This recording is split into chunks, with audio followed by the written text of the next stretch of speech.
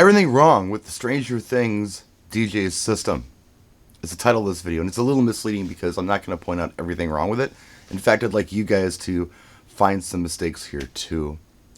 If you haven't seen the last season of Netflix's Stranger Things, there's a dream sequence in there, and they're showing a DJ setup in there that isn't exactly accurate for March of 1986, which is when all of this is supposed to be happening.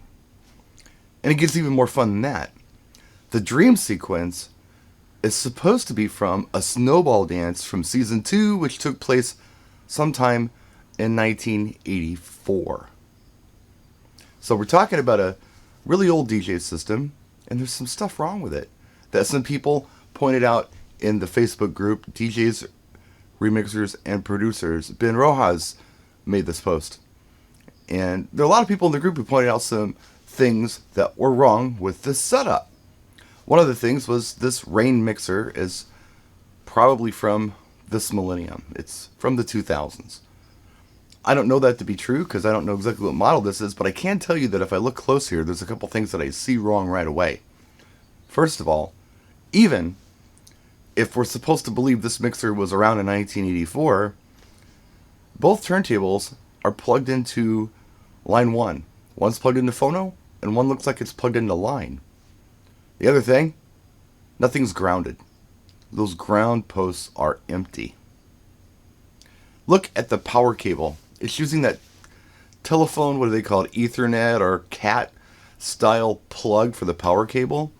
Yeah, back in the old days we didn't have that. In fact, most people used those realistic mixers from Radio Shack. That's what I used. And the power cord was not detachable. It was, kind of part of the unit. There's also absolutely zero main outs. And there's no visible amplifier anywhere.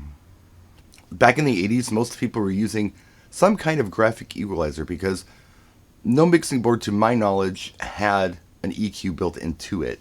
That was something that came out later. Back then, you had to have a separate EQ. Now, onto the turntables. Technics 1200s make sense. The head shells look right. I have no idea what the records are. But, I don't know what the serial numbers are on these decks. I'm not that ADHD, and I don't have superhuman strength. But I will say this about the turntables. Back then, DJs would usually have some kind of padding under the turntables for vibration. Just because people dance and shake the floors. Record skip. There's nothing under these. They're relying on the little foot pads like you would at a club. That's just something that I remember from DJing mobiles back in the 80s. So if you were a DJ back in the 80s and you had Technics 1200s, you were the coolest guy in town. It costs a lot of money to get these things. And if you had that kind of dough, you probably wouldn't be using home audio speakers.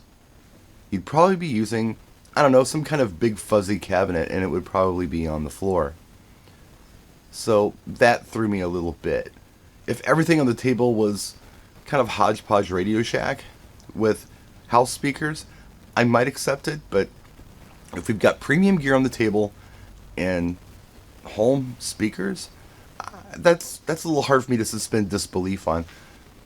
I don't recognize those headphones. Do any of you? Let us know.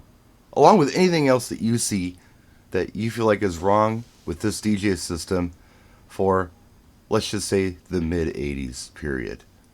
This is probably a fun game for those of us who were DJing back in the 80s, let alone alive back then, but feel free to drop your comments down below. Anything that you don't like or see wrong. That's it. Thanks for watching. We'll see you next time. Practice and enjoy.